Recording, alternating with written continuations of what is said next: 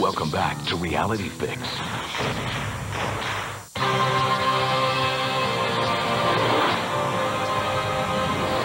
Ever wonder what's in those tankers flying down the tracks? Well, sometimes the answer's not pretty. Trains can carry toxic waste, explosives, you name it. Usually there's no problem. But when one of these tankers comes off the tracks, the results can be disastrous.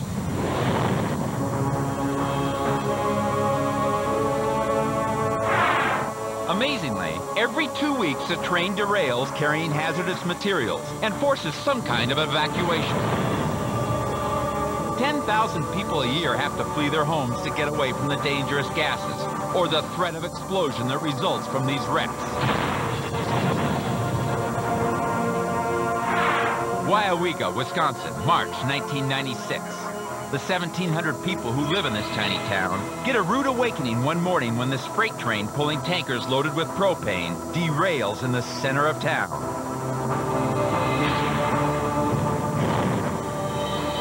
One of the tankers explodes and soon this fire is raging. As propane seeps out of the cars, firefighters fear an even larger explosion. The wreck happened when an 81-car freight train rolls through town carrying 1 million pounds of propane. It hits a broken rail, derails, then smashes into a mill.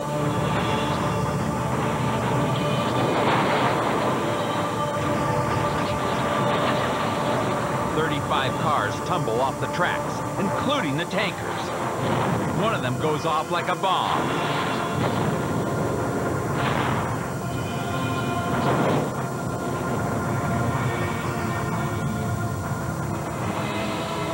Incredibly, no one is killed in the explosion, but the fire is enormous, and the other tankers are leaking. It's the worst possible situation. 1 million pounds of propane in the middle of a fire. They evacuate the town and call in the National Guard. Special hazardous material teams are ferried to the wreckage in armored cars in case the tankers blow up. They decide to drain the tankers and burn off the fuel. An incredibly slow process that could take days. The entire time they work, the threat of a devastating explosion hangs over the town. As the days drag on, the people ask the National Guard to take them back for their pets. They put on flak jackets, get into armored cars, and risk their lives to get the animals they left behind. It takes 2 weeks, but finally the fire is put out. Investigators determined that other trains had passed over the broken track without derailing. But the train with the tankers hadn't shared their good luck. Just ask the people of Murdoch, Illinois.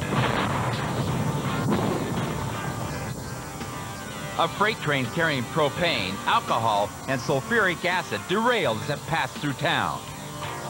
One of the tankers exploded and burst into flames. News crews gathered to record the scene. The fire from the tanker is so hot, firemen can't approach it, so they hold back and wait for the fuel to burn off. But things don't work out like they planned.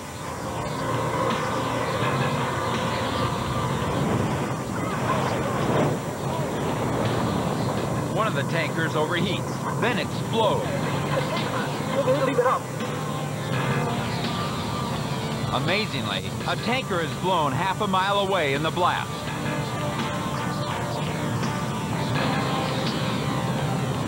The huge train car is dwarfed by this enormous explosion. Later, there's yet another blast as another tanker explodes.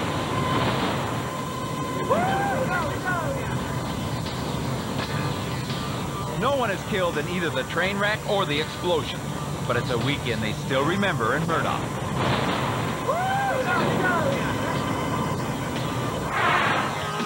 Crescent City, Illinois.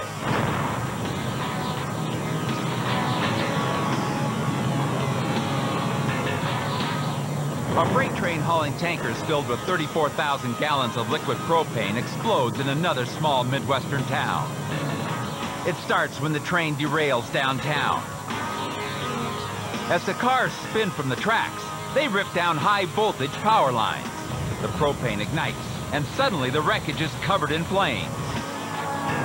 The local fire department quickly responds to the 500-foot column of smoke, but they're unaware that the tankers are filled with propane. Finally, firefighters realize the problem and back away to safer positions where they continue to hose down the fire. But when the town's electricity is turned off to cut off sparks from the downed power lines, the town's water pumps are turned off too. And suddenly firefighters can no longer keep the flames under control.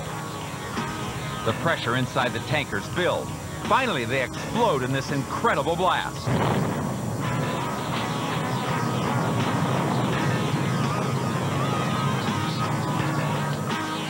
The entire downtown area is flattened, and 15 houses are destroyed. No one is killed in the explosion, but it's so powerful that a mile away, people can feel the heat of this enormous blast. When a car goes up against a train, there's never any doubt about the outcome. A locomotive will wipe out your car every time.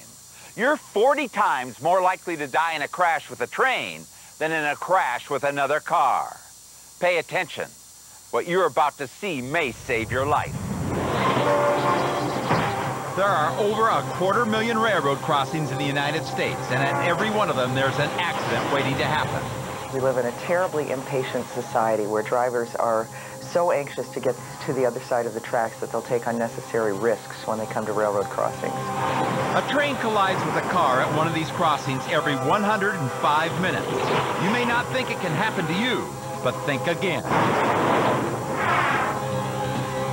Amber Scott found out the hard way.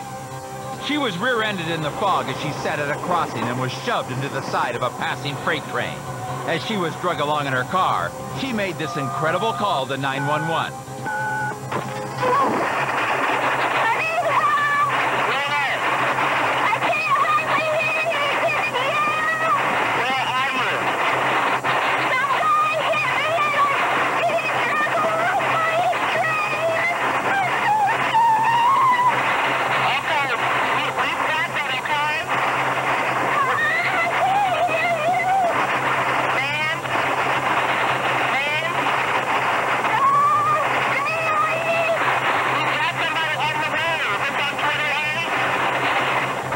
I knew that that car could just fall off that train any second and then die.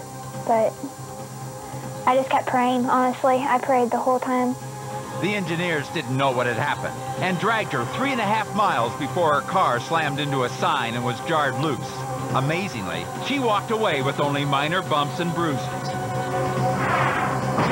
Over half the time, cars are hit by trains at crossings where there are gates, warning lights, and bells.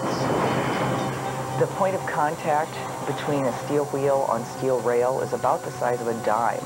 So there isn't a lot of friction or traction area on the wheel of a train. So it takes about a mile or a mile and a half to stop a train that's moving at 55 miles per hour. Yet people insist on driving their cars in front of a train. Trains don't have to be going fast to do their damage. Most of the time when they hit a car, they're traveling at less than 30 miles an hour. And you don't have to be on a long trip either. People usually are hit by trains close to their home. The impact is about 40 times that of a car hitting another car. Trains weigh hundreds of tons, and your car weighs about 4,000 pounds. If your car ran over a soda can, that's the exact same impact, pound for pound, mass weight. Even drivers who should know better insist on trying to outrun trains at crossings. Here, a school bus driver speeds under the gates while a train's approaching. He's risking the life of every kid on his bus. This school bus was hit when the driver stopped at a traffic light just after he passed through a crossing. He didn't know the rear of his bus was still on the tracks. Remember, to avoid an accident, when you come to a crossing, slow down. Look both ways and let the train cross before you do. Trains can't stop and they can't turn away from your car. It can take over 1.5 miles to stop moving once an engineer hits his brakes. Anytime you go up against a train in your car, you lose.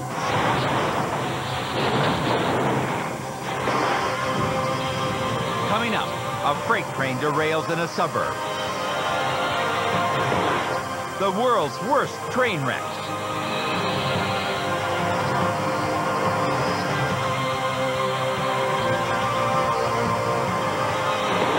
And a harsh lesson about safety at crossing.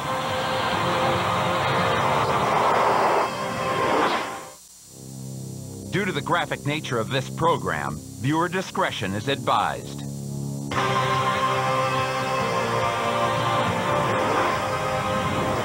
Trains ride across the country on over 200,000 miles of track. While most wrecks occur at crossings, sometimes train accidents happen in the middle of nowhere. Roland, Oregon, March 1999. A train buff is out with a friend taping freight trains as they pass when he catches a surprising scene.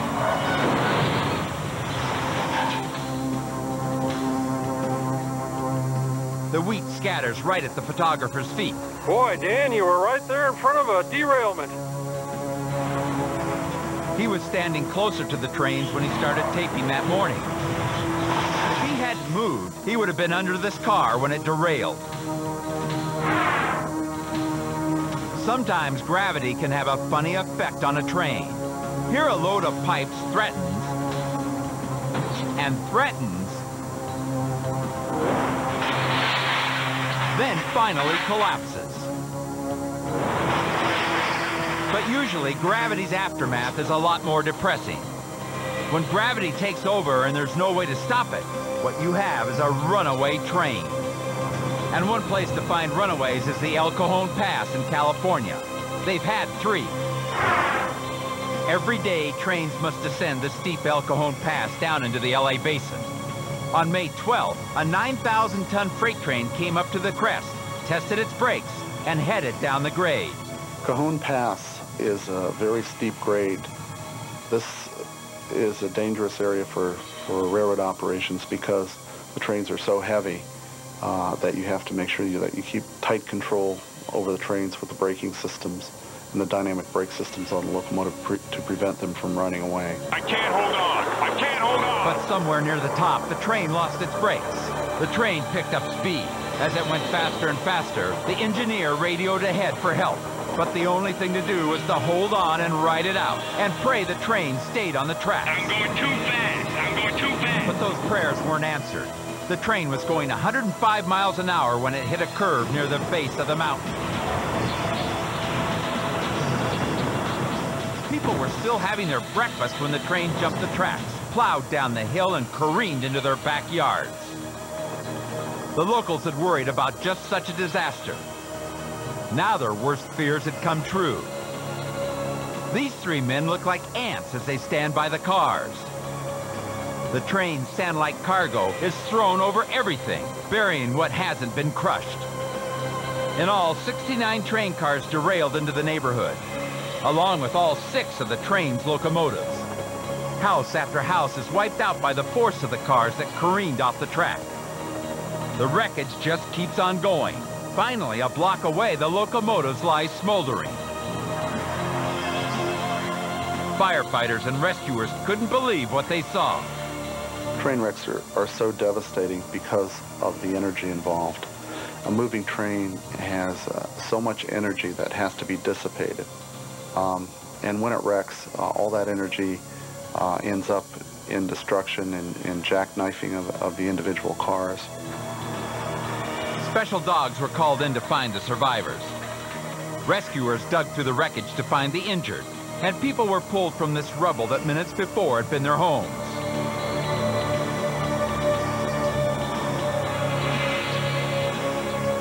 Ironically, the massive wreck was caused by a clerical error. The crew didn't know the real weight of the train. Making things even worse, the brakes on 3 of the 6 locomotives hadn't worked. It all added up to disaster. But unimaginably, things got even worse. The train had derailed on an underground gas pipeline. While the cars didn't break the pipe, the heavy equipment used to clean up the mess did. The gas leaked and 13 days later exploded. The same neighborhood where the train crashed is now engulfed in this firestorm. 11 more houses were destroyed in the blast. But the past wasn't through with disaster. December 1994. Just before dawn, another runaway freight train barrels down the very same grade and rams into a train stopped at the bottom. It happened when an 82-car coal train came down the grade and was told to wait at the bottom while the tracks ahead were clear. Suddenly, the crew learned a mile-long freight train was barreling down behind them doing 50 miles an hour with no way to stop. Both crews jumped from their trains. A moment later, the two trains collided. Here, one of the locomotives lies on its side, buried in the dirt. These boxcars are piled on top of another crushed locomotive. The mangled cars burned for hours after the collision. The wreck was caused when the air hose that triggers the brakes was blocked. And without brakes, gravity took over. Less than 2 years later, it happened again. February 1996. Just 1 mile from the 94 wreck, another freight train loses its brakes, derails and explodes in the third disaster at the bottom of the El Cajon Pass. But this train is hauling 9 tankers filled with hazardous chemicals, including 158,000 gallons of pesticide. When the train crashes, the whole mess bursts into flames. Like the other engineers, this one had no hint he was headed for trouble. He tested his brakes 3 times before reaching the summit, and everything seemed fine. But as he started down the grade, that status changed. The train sped to more than 60 miles an hour, with the engineer helpless to stop it. The crew jumped from the train, but the engineer stayed with his locomotive, somehow surviving as the train leapt from the tracks and plowed into a ravine. The tankers exploded and burst into flames. Toxic smoke rises above the wreckage. Towns are evacuated and 20 miles of LA freeway are closed. As the fire burns, noxious fumes fill the valley. Just approaching the wreckage is no longer safe. Firefighters have to be treated after exposure to the smoke. The wreckage is enormous. This is the locomotive. By itself, it's as big as a house. To me, the size of it was what really struck me.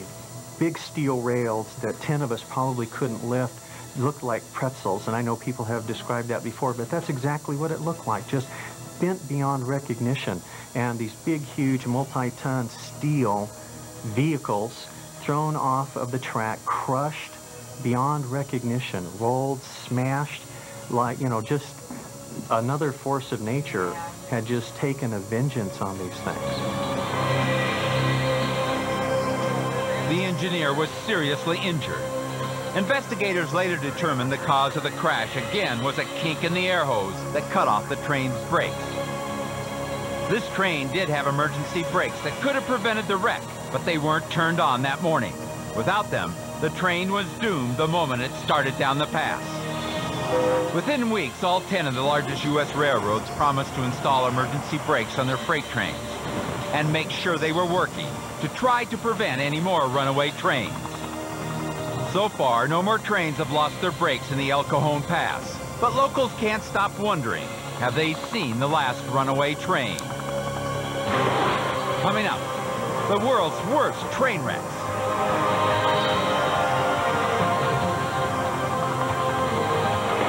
A train collides with a gasoline tanker.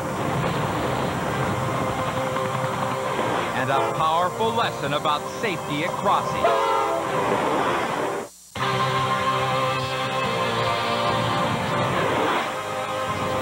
Every train wreck is a disaster, but some, because of the size and the number of people involved, seem more catastrophic than others. Here are 2 of the worst.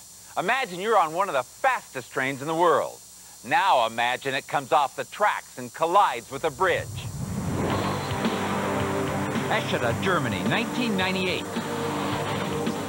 Normally, high-speed trains are among the safest ways to travel. The German ice train carries thousands of passengers every day at speeds of 170 miles per hour. Its luxury cars are equipped with telephones, video screens, even a place to go online with your computer. It's a perfect example of German precision. But on June 3rd, 1998, precision turned to disaster. Just before noon, the wheels on Intercity Express 884 come off the track and the cars uncouple. Tragically, it happens just as the train is passing under a bridge. The train log jams into the pilings as passenger cars slam into one another, and the force of the collision snaps the bridge. The locomotive is missing. The engineer sped on, unaware he lost the rest of his cars until he reached the next station. People rush out from the surrounding neighborhood to help with the rescue. In a matter of hours, more than 800 workers converge on the scene. At the moment of the collision, more than 200 tons of concrete poured down onto the wreckage from the collapsed bridge above. Heavy-duty cranes had to be called in to uncover the cars buried below. If the accident had happened anywhere else, it would have been less catastrophic. But the derailed cars slammed into the bridge, creating a horrible scene of chaos and destruction. What could have caused such a sophisticated train to derail? One of its wheels fell apart as it sped down the tracks. The train raced on for another 3.5 miles without a problem. Finally, the car derailed, then uncoupled.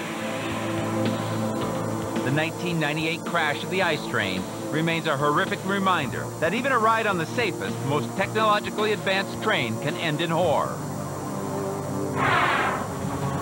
What was the worst train wreck in the United States? It happened on September 2nd, 1993. 10 miles north of Mobile, Alabama, 2:45 a.m. Most of the passengers on the Sunset Limited had already fallen asleep as the train rocked and rolled past the Alabama Bayou. But up ahead, a tugboat pilot was lost in the fog, inching along trying to get his bearings.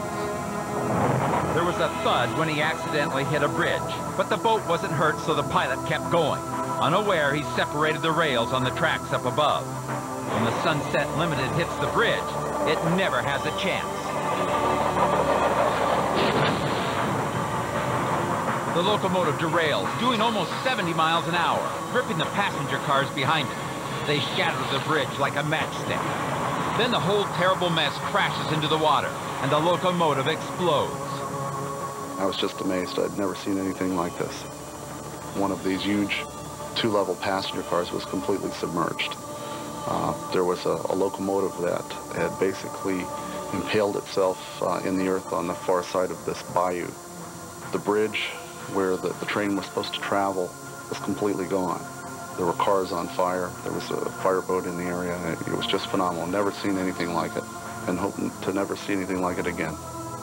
We're on the Mobile River. The bridge is going out. We got cars burning, people in the river.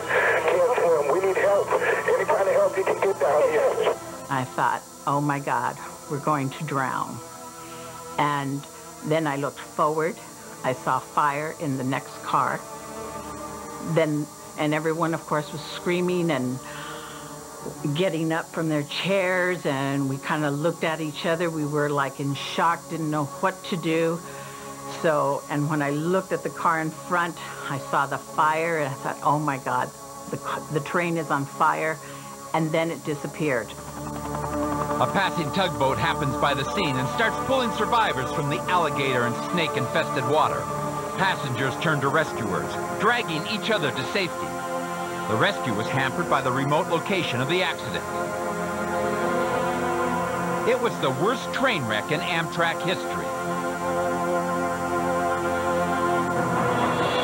Investigators traced the wreck back to the tugboat pilot. No charges are filed, but investigators call for changes in both the way pilots are licensed and bridges are protected. The train, I got people in the water, I got cars on fire, it's on the river. You need all the emergency vehicles that you can get to. You got a derailment with people in the water. That's right. What happened to the Sunset Limited in Alabama and the ice train in Germany show there's nowhere to hide when something goes wrong on a train. When we come back, A gasoline tanker is hit by a train.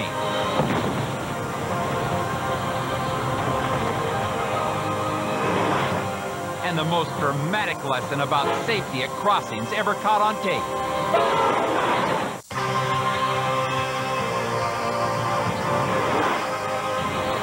What happens when a train collides with a tanker full of gasoline? Take a look. Mexico City, July 1997. The driver of a gasoline tanker truck tries to beat this train through a crossing, but loses. The passengers run from the train, but incredibly, as the fire burns out of control, other drivers continue to pass, unaware of the danger brewing beside them. Some people are even out on the street. The temperature keeps rising inside the tanker until the force rocks a camera crew in a helicopter hundreds of feet from the blast.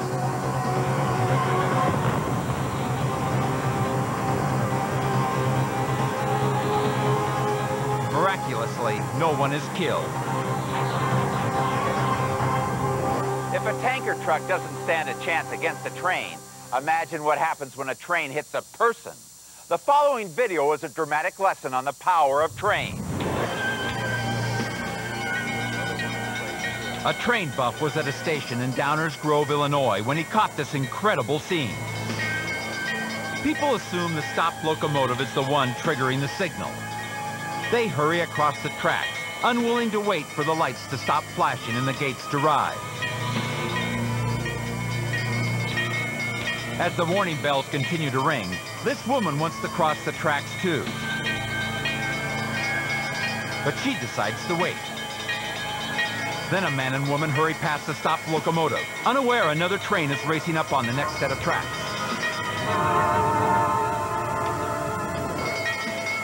She wasn't the only one to cross without looking.